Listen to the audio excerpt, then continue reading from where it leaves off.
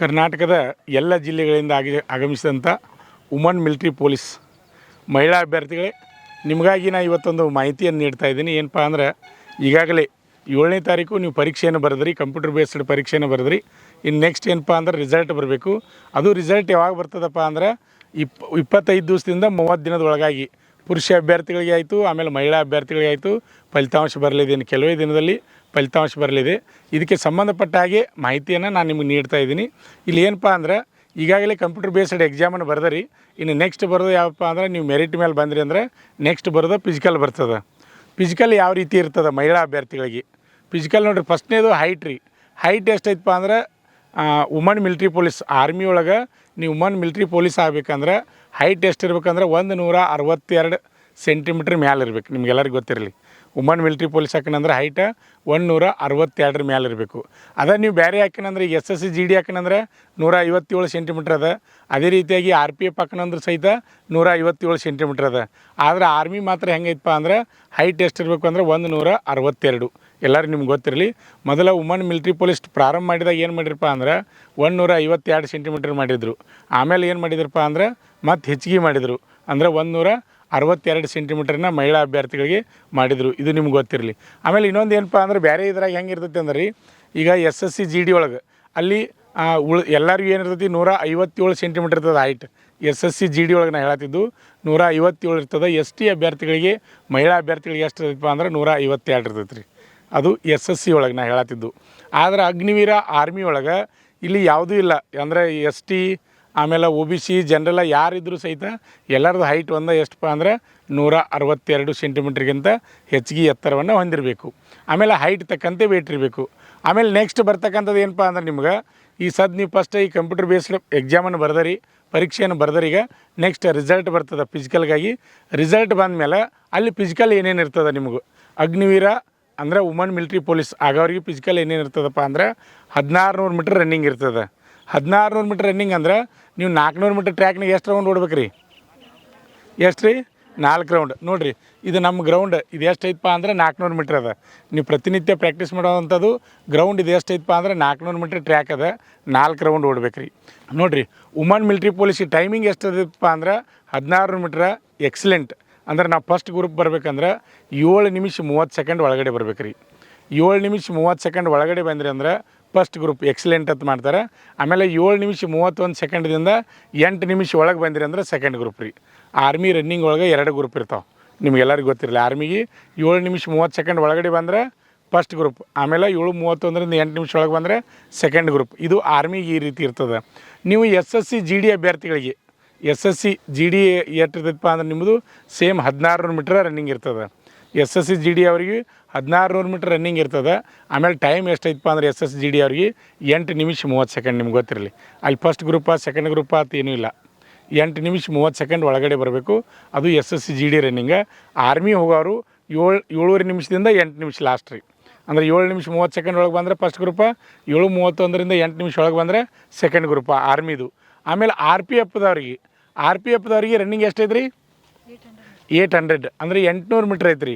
RPFದವ್ರಿಗೆ running ಎಷ್ಟೈತಪ್ಪ ಅಂದ್ರೆ 800. ಅಂದರೆ ಇದು 400 ಮೀಟ್ರ್ ಟ್ರ್ಯಾಕ್ನಾಗ ಎಷ್ಟು ರೌಂಡ್ ರೀ? 2 ರೌಂಡ್ ಓಡ್ಬೇಕು. ಆಮೇಲೆ ಟೈಮಿಂಗ್ ರೀ, ಟೈಮಿಂಗ್ ಎಷ್ಟೈತೆ ಹೇಳ್ರಿ? ಹಾಂ, ಇಲ್ಲಿ ನೋಡಿರಿ, RPF ಅಂದರೆ ರೈಲ್ವೆ ಕಾನ್ಸ್ಟೇಬಲ್ ಮಹಿಳಾ ಅಭ್ಯರ್ಥಿಗಳಿಗೆ 800 ಮೀಟ್ರ್ 3 ನಿಮಿಷ 40 ಸೆಕೆಂಡ್ ಟೈಮ್ ರೀ. 3 ನಿಮಿಷ 40 ಸೆಕೆಂಡ್. ನಿಮ್ಗೆಲ್ಲರಿಗೂ ಗೊತ್ತಿರಲಿ. ನಾನು 3 ಹೇಳತ್ತೀನಿ ಈಗ. RPF ಹೇಳತ್ತೀನಿ, ಪ್ಲಸ್ SSC GDನೂ ಹೇಳತ್ತೀನಿ, ಆಮೇಲೆ ಅಗ್ನಿವೀರ ಅಂದರೆ ವುಮನ್ ಮಿಲಿಟ್ರಿ ಪೊಲೀಸು ಹೇಳತ್ತೀನಿ. 3ದ್ರ ಬಗ್ಗೆ ನಿಮ್ಗೆ ಗೊತ್ತಾಗಬೇಕು. ಆಮೇಲೆ ನೆಕ್ಸ್ಟ್ ಇದು ರನ್ನಿಂಗ್ ಐತೆ ರೀ. ರನ್ನಿಂಗ ಆರ್ಮಿಯವ್ರಿಗೂ 1600 ಮೀಟ್ರ್ ರೀ. ಆಮೇಲೆ SSC GD ಅವ್ರಿಗೆ 1600 ಮೀಟ್ರ್, RPFದವ್ರಿಗೆ ರೀ 800 ಮೀಟ್ರ್. ಇದು ರನ್ನಿಂಗ್ ಆಯಿತು. ಇನ್ನು ನೆಕ್ಸ್ಟ್ ಬರ್ತಕ್ಕಂಥದ್ದು ಏನಪ್ಪ ಅಂದ್ರೆ, ಮಹಿಳಾ ಅಭ್ಯರ್ಥಿಗಳಿಗೆ ಇದು army first woman military police. Next ಏನು ಬರ್ತೈತೆ ಅಂದ್ರೆ ಹೈ ಜಂಪ್ ರೀ. ಹೈ ಜಂಪ್ ಎಷ್ಟೈತೆ ಹೇಳ್ರಿ ನೋಡಿ? ಆರ್ಮಿಯವ್ರು ಯಾರ್ದು ರೀ? ಎಟ್ರಿ? 3 ಫುಟ್ ಹೈ ಜಂಪ್ ಬರ್ತದೆ ರೀ. 3 ಫುಟ್ ಹೈ ಜಂಪ್ ಇರ್ತದೆ. ಆರ್ಮಿಯವ್ರಿಗೂ 3 ಫುಟ್ ಹೈ ಜಂಪ್ ಇರ್ತದೆ. ಆಮೇಲೆ RPFದವ್ರಿಗೆ ಎಷ್ಟು ಇರ್ತದೆ ರೀ ಹೈಟ? ಅವ್ರಿಗೂ 3 ಫುಟ್ ಇರ್ತದೆ ರೀ, ಗೊತ್ತಿರಲಿ. RPFದವ್ರಿಗೂ 3 ಫುಟ್ ಹೈ ಜಂಪ್, ಆಮೇಲೆ ಆರ್ಮಿಯವ್ರಿಗೂ 3 ಫುಟ್ ಹೈ ಜಂಪ್ ರೀ. ಆಮೇಲೆ ನೆಕ್ಸ್ಟ್ ಬರೋದು ಯಾವುದಪ್ಪ ಅಂದ್ರೆ ಲಾಂಗ್ ಜಂಪ್ ರೀ.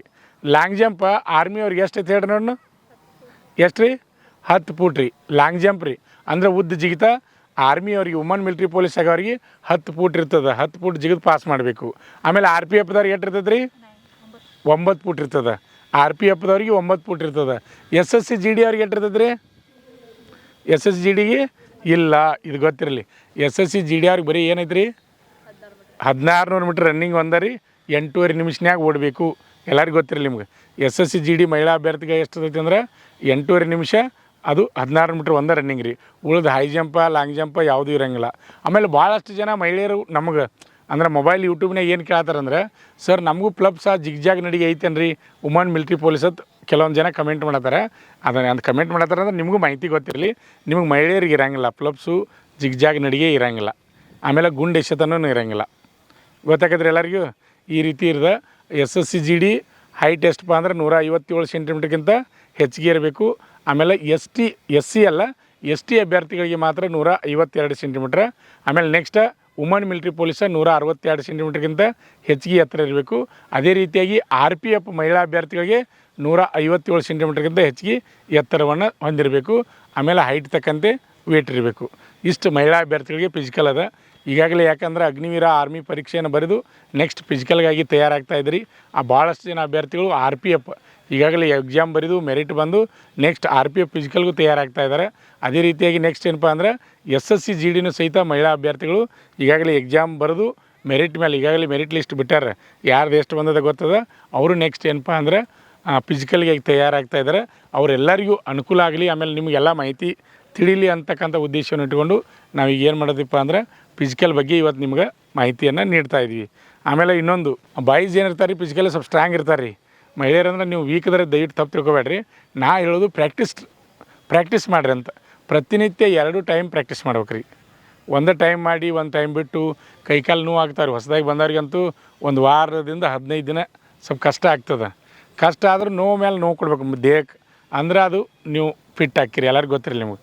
2 ಟೈಮ್ ರೀ, ಮುಂಜಾನೆ ಸಾಯಂಕಾಲ 2 ಟೈಮ ನಮ್ಮಲ್ಲಿ. ಯಾಕಂದ್ರೆ ನಮ್ಮ ಸಂಸ್ಥೆಯೊಳಗೆ ನಿಮ್ಗೆ ಒಳ್ಳೆಯ ಅವಕಾಶ ಏನೈತಪ್ಪ ಅಂದ್ರೆ 400 ಮೀಟ್ರ್ ಟ್ರ್ಯಾಕ್ ಇದ್ದಿದ್ದು ಗ್ರೌಂಡ್ ಐತ್ರಿ. ಇದು ಭಾಳ ನಿಮ್ಗೆ ಒಳ್ಳೆಯ ಅಂದ್ರೆ ಭಾಳಷ್ಟು ಜನ ಏನು ಮಾಡ್ತಾರೆ, ರಸ್ತೆ ಮೇಲೆ ಪ್ರಾಕ್ಟೀಸ್ ಮಾಡ್ತಿರ್ತಾರೆ. ಆಮೇಲೆ ಹೆಣ್ಮಕ್ಳಿಗೆ ಏನಾಗ್ತದೆ, ನೀವು ಒಬ್ಬೊಬ್ಬರು ರಸ್ತೆ ಮೇಲೆ ಓಡೋಕ್ಕಾಗೋದಿಲ್ಲ, ಹೌದಲ್ಲ ರೀ. ಆಮೇಲೆ ಹಿಂಗೆ ನೀವು ಟೀಮ್ ಇದ್ರಿಪ್ಪ ಅಂದ್ರೆ ನಾ ಹೆಚ್ಚು ಅಂತ ಒಬ್ರಿಗಿಂತ ಒಬ್ರು ಜಾಸ್ತಿ ರನ್ನಿಂಗನ್ನು ಮಾಡ್ತಾಯಿರ್ತೀರಿ. ಆದ್ದರಿಂದ ನಿಮ್ಮ ಫ್ರೆಂಡ್ಸ್ ಮತ್ತು ಯಾರಾದರೂ ನಿಮ್ಮ ಫ್ರೆಂಡ್ಸ್ ಯಾರಾದರೂ ಮಹಿಳೆಯರು, ಇದು ಆರ್ಮಿ ಆಗಿರ್ಬೋದು, ಆಮೇಲೆ SSC GD ಆಗಿರ್ಬೋದು, ಆಮೇಲೆ RPF ಫಿಸಿಕಲ್ ನಮ್ಮಲ್ಲಿ ಪ್ರಾರಂಭ ಆಗ್ಯದ. ಆದ್ದರಿಂದ ನಿಮ್ಮ ಫ್ರೆಂಡ್ಸ್ ಯಾರಾದರೂ ಇದ್ದರೂ ಸಹಿತ ಅವ್ರಿಗೆ ಹೇಳ್ರಿ, ಮತ್ತು ಯಾರಿಗೆ ಬರೋರಿಗೆ ಹೇಳ್ರಿ. ಆಮೇಲೆ ಇನ್ನೊಂದು ನಿಮ್ಗೆ ಗೊತ್ತಿರಲಿ, ಅಗ್ನಿವೀರ ಆರ್ಮಿ ಇದ್ರಿ.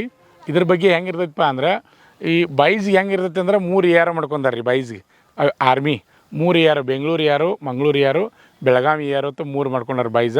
3 ARಗಳಿಗೆ ಏನು ಮಾಡ್ಕೊಂಡಾರಂದ್ರೆ ಜಿಲ್ಲೆಗಳನ್ನ ಹಂಚ್ಕೊಂಡಾರ ರೀ. 3 ARಗೆ ಬೇರೆ ಬೇರೆ ಜಿಲ್ಲೆಗಳು ಬರ್ತಾವೆ. ಆದರೆ ನೀವು ಮಹಿಳಾ ಅಭ್ಯರ್ಥಿಗಳು ನಿಮ್ಗೆ ಗೊತ್ತಿರಲಿ, ನಿಮ್ಗೆ ಆಲ್ ಕರ್ನಾಟಕ ಒಂದ ರೀ ವುಮನ್ ಮಿಲ್ಟ್ರಿ ಪೊಲೀಸ್. ನನ್ನ ಮಂಗಳೂರು AR ಐತ್ರಿ, ನನ್ನ ಬೆಂಗಳೂರು AR ಐತಿ, ನನ್ನ ಬೆಳಗಾವಿ AR ಐತಿ, ನಂದು ಈ ಜಿಲ್ಲೆ ಅದ, ನಂದು ರ್ಯಾಲಿ ಬೇರೆ ನಡೀತದೆ, ನಂದು ರ್ಯಾಲಿ ಬೇರೆ ನಡೀತದೆ. ಈ ರೀತಿ ಏನೂ ಇಲ್ಲ. ಇದೆಲ್ಲ ನಿಮ್ಗೆ ಗೊತ್ತಿರಬೇಕು. ನಿಮಗೆ ಟೋಟಲಾಗಿ ಆಲ್ ಕರ್ನಾಟಕ ರ್ಯಾಲಿ ಎಲ್ಲಿ ನಡೀತೈತೆ ಅಂದ್ರೆ ಬೆಂಗಳೂರಾಗ ನಡೀತದೆ. ನಮ್ಮ ಕರ್ನಾಟಕದಾಗ ವುಮನ್ ಮಿಲ್ಟ್ರಿ ಪೊಲೀಸ್ ಎಲ್ಲಿ ನಡೀತೈತೆ, ಬೆಂಗಳೂರಾಗ ನಡೀತೈತಿ.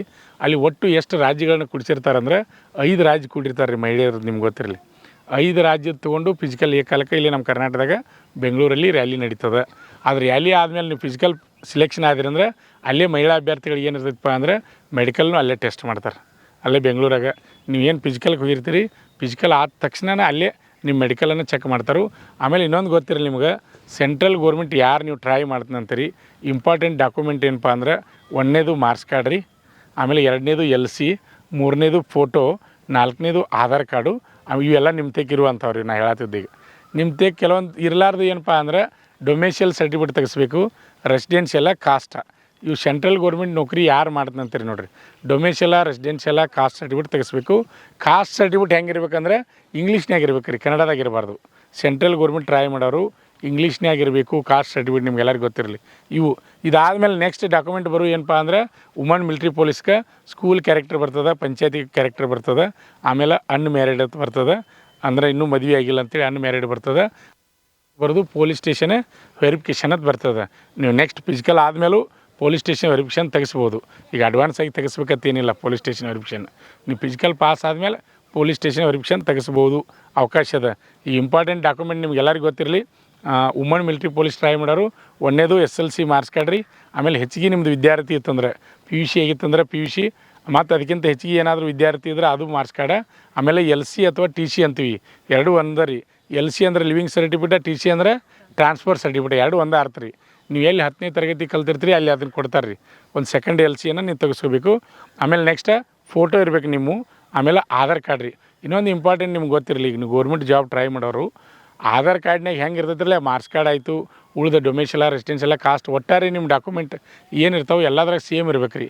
ತಂದೆ ಹೆಸರಾಗಿರ್ಬೋದು, ನಿಮ್ಮ ಹೆಸರಾಗಿರ್ಬೋದು, ಆಮೇಲೆ ಅಡ್ಡ ಹೆಸರಾಗಿರ್ಬೋದು, ಎಲ್ಲ ಸೇಮ್ ಇರ್ಬೇಕು. ಹಂಗೇನಾದರೂ ಪ್ರಾಬ್ಲಮ್ ಇದ್ದು ಅಂದರೆ ನೀವು ಅಡ್ವಾನ್ಸಾಗಿ ಏನು ಮಾಡ್ಕೋಬೇಕಂದ್ರೆ ತಿದ್ದುಪಡಿ ಮಾಡ್ಕೋಬೇಕು. ನಿಮ್ಗೆಲ್ಲರಿಗೂ ಗೊತ್ತಿಲ್ಲ ರೀ, Aadhaar card marks card same ಇರ್ಬೇಕು ಫಸ್ಟ್ನೇದು. ನೀವು ಎಲ್ಲಿಯೋ ಅರ್ಜಿ ಹಾಕಕ್ಕೆ ಹೋದಾಗ ಒಮ್ಮೊಮ್ಮೆ ಆಧಾರ್ ಕಾರ್ಡ್ ನೋಡಿ ಅರ್ಜಿ ಹಾಕ್ತಿರ್ತಾರೆ, ಒಮ್ಮೊಮ್ಮೆ ಮಾರ್ಕ್ಸ್ ಕಾರ್ಡ್ ನೋಡಿ ಹಾಕ್ತಿರ್ತಾರೆ. ಲಾಸ್ಟಿಗೆ ಬಂದು ತಪ್ಪಿತಪ್ಪ ಅಂದ್ರೆ ನೀವೆಲ್ಲ ಎಕ್ಸಾಮ್ ಪಾಸ್ ಮಾಡಿ ಫಿಸಿಕಲ್ ಆಗಿ ಮೆಡಿಕಲ್ ಆಗಿ ಫೈನಲ್ ಆಗಿ ಡಾಕ್ಯುಮೆಂಟ್ ವೆರಿಫಿಕೇಷನ್ ಬಂದಾಗ ಡಾಕ್ಯುಮೆಂಟ್ದಾಗ ನೀವು ರಿಜೆಕ್ಟ್ ಆಗುವಂಥ ಚಾನ್ಸ್ ಇರ್ತದೆ. ಡಾಕ್ಯುಮೆಂಟ್ ಬಗ್ಗೆನೂ ನಿಮ್ಗೆಲ್ಲರಿಗೂ ಎಚ್ಚರಿಕೆ ಇರಬೇಕು. ಗೊತ್ತಾಗತ್ತೆ ರೀ ಎಲ್ಲರಿಗೂ? ಹಾಂ, ಮತ್ತು ಏನಾದರೂ ನೀವು ಕ್ವಶನ್ಗಳನ್ನ ಮಾಡಿದ್ರೆ ಮಾಡ್ಬೋದು. ಈ ಮೂರಕ್ಕೆ ಸಂಬಂಧಪಟ್ಟಂಗೆ SSC GD RPF, ಆಮೇಲೆ ನೆಕ್ಸ್ಟ್ ಏನಪ್ಪ ಅಂದರೆ ವುಮನ್ ಮಿಲಿಟ್ರಿ ಪೊಲೀಸ. ನಿಮ್ಗೇನು ಡೌಟ್ಸ್ ಇದ್ದರೆ ಕೇಳ್ಬೋದು ರೀ. ಆಮೇಲೆ ಇನ್ನೊಂದು ವುಮನ್ ಮಿಲಿಟ್ರಿ ಪೊಲೀಸ್ ಟ್ರೈ ಮಾಡೋರಿಗೆ ಒಂದು ಕಿವಿ ಮಾತು ನಂದು. ಏನು ಕಿವಿ ಮಾತು ಅಂದ್ರೆ ರೀ, 5 ರಾಜ್ಯ ಕೂಡಿ 100 ಸೀಟ್ ತೊಗೋತಾರೆ. ಗೊತ್ತಿರಲಿ ನಿಮಗೆ? 5 ರಾಜ್ಯ ಕೂಡಿ 100 ಸೀಟ್ ತೊಗೋತಾರೆ. ಕರ್ನಾಟಕದಿಂದ 2-3 ಸೀಟ್ ಆಗ್ಬೇಕಾರೆ ಕಷ್ಟ ಆಗ್ತಾ ಇರ್ತೈತಿ. ಆದ್ದರಿಂದ ನೀವು ಭಾಳ ಅಂದ್ರೆ ಭಾಳ ಪ್ರಯತ್ನ ಮಾಡ್ಬೇಕು ರೀ. ಭಾಳ ಅಂದ್ರೆ ಭಾಳ ಪ್ರಯತ್ನ ಮಾಡ್ಬೇಕು, ಅಂದಾಗ ಸಕ್ಸಸ್ ಹಾಕಿರಿ ಒಂದು. ಆಮೇಲೆ ಇನ್ನೊಂದು ಮಾತು ನಿಮ್ಗೆ ಹೇಳ್ತೀನಿ, ಅದು ಒಂದ್ರ ಮೇಲೆ ಕೊಂಡಿರ್ಬೇಡ್ರಿ. ನಾವು ವುಮನ್ ಮಿಲಿಟ್ರಿ ಪೊಲೀಸ್ನ ಅಕ್ಕನತ್ತೇಳಿ ಆಗ್ರಿ ಇರಲಿ, ಆಸೆ ಇರಬೇಕು, ಗುರಿ ಇರಬೇಕು, ಏಮ್ ಇರ್ಬೇಕು. ಪ್ರತಿಯೊಬ್ಬ ವ್ಯಕ್ತಿಗೆ ಗುರಿ ಅನ್ನೋದು ಇರಬೇಕು. ನಾ ಬ್ಯಾಡ ಅನ್ನಂಗಿಲ್ಲ, ಅಲ್ಲೂ ಪ್ರಯತ್ನ ಮಾಡಿರಿ. ಅದ್ರ ಜೊತೆ ಬೇರೆನೂ ಏನು ಮಾಡ್ಬೇಕಂದ್ರೆ ನೀವು ಅಪ್ಲಿಕೇಶನ್ ಹಾಕ್ತಾ ಇರಬೇಕು. ಈಗ SSC GD ನೆಕ್ಸ್ಟ್ ರೀ ಅಕ್ಟೋಬರ್ದಾಗ ಕರಿತಾರೆ ರೀ. ಅಕ್ಟೋಬರ್ ಅಥವಾ ನವಂಬರ್ದಾಗ ಕಾಲ್ಫಾರ್ಮ್ ಐತೆ ರೀ SSC GD ಹೊಸಾದ ರೀ. ಈಗ ಇನ್ನೂ ಯಾರು ಅರ್ಜಿ ಹಾಕಿಲ್ಲ, ಅವ್ರಿಗೆ ಮುಂದೆ ಅವಕಾಶ ಅದ. ಆಮೇಲೆ ಮೊನ್ನೆ SSC MTS ಮತ್ತು ಹವಾಲ್ದಾರ್ ಅರ್ಜಿ ಕರೆದಿದ್ರು. ಅರ್ಜಿ ಹಾಕಿರಿ ಎಲ್ಲರೂ? ಹಾಂ, ಅರ್ಜಿ ಹಾಕ್ತಾ ಇರಬೇಕು. ಅವು ಎಲ್ಲ ರೀತಿ ಡಿಫೆನ್ಸ್ ಫೋರ್ಸ್ ಅಂತ ಏನು ಬರ್ತಾವೆ ಎಲ್ಲದಕ್ಕೂ ಅರ್ಜಿ ಹಾಕ್ತಾ ಇರ್ರಿ. ಎಲ್ಲದಕ್ಕೂ ಅರ್ಜಿ ಹಾಕೋತಿದ್ರಿಪ್ಪ ಅಂದ್ರೆ ಗ್ಯಾರಂಟಿ ಒಂದು ಆಗಲಿಲ್ಲ ಅಂದ್ರೆ ಒಂದು ಗ್ಯಾರಂಟಿ ಆಗ್ತದೆ. ಆಮೇಲೆ ಸೆಂಟ್ರಲ್ ಗೌರ್ಮೆಂಟ್ ನೀವು ಒಮ್ಮೆ ಸ್ಟಡಿ ಮಾಡೋಕ್ಕೆ ಸ್ಟಾರ್ಟ್ ಮಾಡಿರಿ ಅಂದ್ರೆ ಹೆಚ್ಚು 70% ಎಲ್ಲ ಸೇಮ್ ಇರ್ತಾವೆ. ನಿಮ್ಗೆ ಎಲ್ಲರಿಗೂ ಗೊತ್ತಿರಲಿ, ಸೇಮ್ ಸಬ್ಜೆಕ್ಟ್ ಬರ್ತಾರೆ, ಬೇರೆ ಬೇರೆ ಬರೋಂಗಿಲ್ಲ. ಈಗ ನೋಡಿರಿ, SSC GD ಹೆಂಗೆ ಓದ್ತಿರಲಿ ಅದೇ ರೀತಿ SSC MTS ಹವಾಲ್ದಾರು ಸೇಮ ಬರ್ತದೆ ರೀ. ಆಮೇಲೆ RPF ಸೇಮ ಬರ್ತದೆ. ಕೆಲವೊಂದು ಬದಲಾವಣೆ ಆಕಾವು. ಏನು ಬದಲಾವಣೆ ಆಕಾವು? ಕೆಲವೊಂದ್ರಾಗ ಇಂಗ್ಲೀಷ್ ಗ್ರಾಮರ್ ಅಥವಾ ಹಿಂದಿ ಗ್ರಾಮರ್ ಇರ್ತದೆ, ಇನ್ನು ಕೆಲವೊಂದ್ರಾಗ ಅದಿರಂಗಿಲ್ಲ. ಇಷ್ಟ ಮ್ಯಾಥ್ಸು, ಮೆಂಟಲ್ ಎಬಿಲಿಟಿ, GK ಅಂದ್ಬಿಟ್ರೆ ಗ್ರಾಮರ್ ಇಷ್ಟ ಹೆಚ್ಚು ಹಿಂದೆ ಮುಂದೆ ಹಾಕಿರ್ತಾವೆ. ಕ್ವಶನ್ ಪೇಪರ್ ಮಾಡಲ್ ಚೇಂಜ್ ಹಾಕಿರ್ತದೆ. ಆದರೆ SSLC ಮತ್ತು PUC ಮೇಲೆ ನೀವು ಏನು ಎಕ್ಸಾಮ್ ಬರಿತೀರಿ ಎಲ್ಲ ಹೆಚ್ಚು ಸೇಮ್ ಇರ್ತದೆ. ಗೊತ್ತಾಕೈತಿ? ನೀವು ಒಮ್ಮೆ ತರಬೇತಿ ತೊಗೊಂಡು ಒಮ್ಮೆ ನೀವು ರೆಡಿ ಆದಿರಿಪ್ಪ ಅಂದ್ರೆ ನೀವು ಎಲ್ಲ ಎಕ್ಸಾಮ್ಗೂ ರೆಡಿ ಆಗ್ಬೋದು. ಇದು ಫಸ್ಟ್ ನಿಮ್ಗೆಲ್ಲರಿಗೂ ಗೊತ್ತಿರ್ಬೇಕು. ರೆಡಿ ಹಾಕಿರಿ? ಎಲ್ಲರೂ ಪಾಸ್ ಹಾಕಿರಿ? ಜೋರ್ಸಿ ಹೇಳ್ರಿ, ಎಲ್ಲರೂ ಪಾಸ್ ಹಾಕಿರಿ? ಸೌಂಡ್ ಕೇಳ್ತಾ ಇಲ್ಲ. ಎಲ್ಲರೂ ಪಾಸ್ ಹಾಕಿರಿ? ಎಸ್ ಸರ್, ಹಿಂಗೆ ಬರ್ಬೇಕು. ಎಲ್ಲರೂ ಪಾಸ್ ಹಾಕಿರಿ? ಇನ್ನೂ ಜೋರು ಬರ್ತಾ ಇಲ್ಲ. ಎಲ್ಲರೂ ಪಾಸ್ ಹಾಕಿರಿ? ಓಕೆ. ನಮ್ಮ ಸಂಸ್ಥೆಯಲ್ಲಿ SSC GD, SSC MTS ಮತ್ತು ಹವಾಲ್ದಾರ್ ಹುದ್ದೆಗಳಿಗೆ ಪೂರ್ವಭಾವಿಯಾಗಿ ದೈಹಿಕ ಮತ್ತು ಲಿಖಿತ ಪರೀಕ್ಷೆಯ ತರಬೇತಿ ಕೊಡಲಾಗುವುದು. ಪ್ರವೇಶಗಳು ಪ್ರಾರಂಭವಾಗಿವೆ. ಕರ್ನಾಟಕ ಪೊಲೀಸ್ ಕಾನ್ಸ್ಟೇಬಲ್ ಹುದ್ದೆಗಳ ತರಬೇತಿಗೆ ಪ್ರವೇಶ ಪ್ರಾರಂಭವಾಗಿವೆ. ಸಂಪರ್ಕಿಸಿ. ಪಾಲಕರ ಆಶೀರ್ವಾದ, ಯುವಕರ ಪ್ರೋತ್ಸಾಹದಿಂದ ಸರ್ಕಾರದಿಂದ ಮಾನ್ಯತೆ ಪಡೆದು ಕರ್ನಾಟಕದಲ್ಲಿ ಯಶಸ್ವಿಯಾಗಿ 21ನೇ ವರ್ಷದಲ್ಲಿ ಮುನ್ನಡೆಯುತ್ತಿರುವ ಸಂಸ್ಥೆಯಿಂದ ಇಂಡಿಯನ್ ಆರ್ಮಿಯಲ್ಲಿ Agniveer, general duty, tradesman, army assistant officer, store keeper ಮತ್ತು ಟೆಕ್ನಿಕಲ್ ಹುದ್ದೆಗಳಿಗೆ ಅಗ್ನಿವೀರ ಇಂಡಿಯನ್ ಆರ್ಮಿಯನ್ನ ಸೇರಬಯಸುವ ಅಭ್ಯರ್ಥಿಗಳಿಗೆ ಪೂರ್ವಭಾವಿಯಾಗಿ ಕಂಪ್ಯೂಟರ್ ಬೇಸ್ಡ್ ಎಕ್ಸಾಮ್ ಹಾಗೂ ದೈಹಿಕ ಪರೀಕ್ಷೆಗಳಿಗೆ ತರಬೇತಿ ನೀಡಲಾಗುವುದು. ವುಮೆನ್ ಮಿಲಿಟರಿ ಪೊಲೀಸ್, ಸ್ಟೇಟ್ ಹಾಗೂ ಸೆಂಟ್ರಲ್ ಪೊಲೀಸ್ ಕಾನ್ಸ್ಟೇಬಲ್ ಹಾಗೂ SSC GD, BSF, CRPF, Assam rifles, ITBP, CISF, SSB ಹಾಗೂ ಮುಂದೆ ನಡೆಯುವ ಅಗ್ನಿವೀರ ಆರ್ಮಿ ರ್ಯಾಲಿಗೆ ಪುರುಷ ಹಾಗೂ ಮಹಿಳಾ ಅಭ್ಯರ್ಥಿಗಳಿಗೆ ತರಬೇತಿ ಕೊಡಲಾಗುವುದು. ಹಾಸ್ಟೆಲ್ ಸೌಲಭ್ಯ ಕೂಡ ಇರುತ್ತೆ. ಸಂಪರ್ಕಿಸಿ ಶ್ರೀ ಮಂಜುನಾಥ ಸೈನಿಕ ತರಬೇತಿ ಕೇಂದ್ರ, ಮೂಡಲ್ಗಿ, ತಾಲೂಕು ಮೂಡಲ್ಗಿ, ಜಿಲ್ಲೆ ಬೆಳಗಾವಿ, ರಾಜ್ಯ ಕರ್ನಾಟಕ. ಪ್ರವೇಶ ಪ್ರಾರಂಭವಾಗಿದೆ.